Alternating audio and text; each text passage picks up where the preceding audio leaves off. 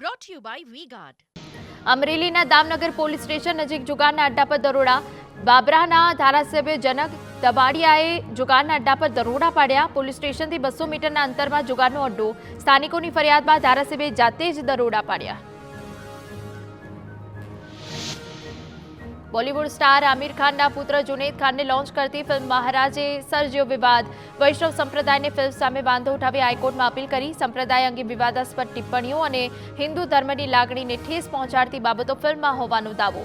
હાઈકોર્ટે ફિલ્મ પર સ્ટે મૂક્યો. રાજકોટના ગોંડલમાં ફાયર સેફટી વગરના બિલ્ડિંગોને સીલ મારવાની કામગીરી કરાઈ. નોટિસ મળ્યા બાદ પણ ઇમારતમાં ફાયર સેફટીના સાધનો ઇન્સ્ટોલ ન કર્યા. ફાયર સેફટીની એનઓસી મળ્યા બાદ જ ઇમારતો ખુલી શકશે.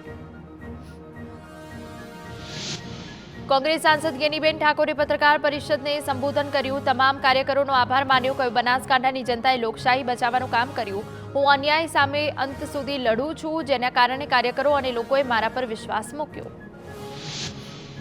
અમદાવાદમાં ગેનીબેન ઠાકોરના સન્માન સમારોહમાં શક્તિસિંહ ગોહિલનું નિવેદન. ગુજરાત કોંગ્રેસનું સંગઠન માળખું જલ્દી બનાવવામાં નહીં આવે.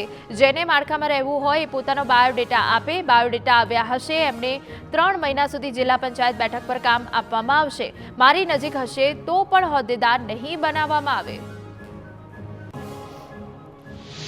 Brought to you by V-Guard.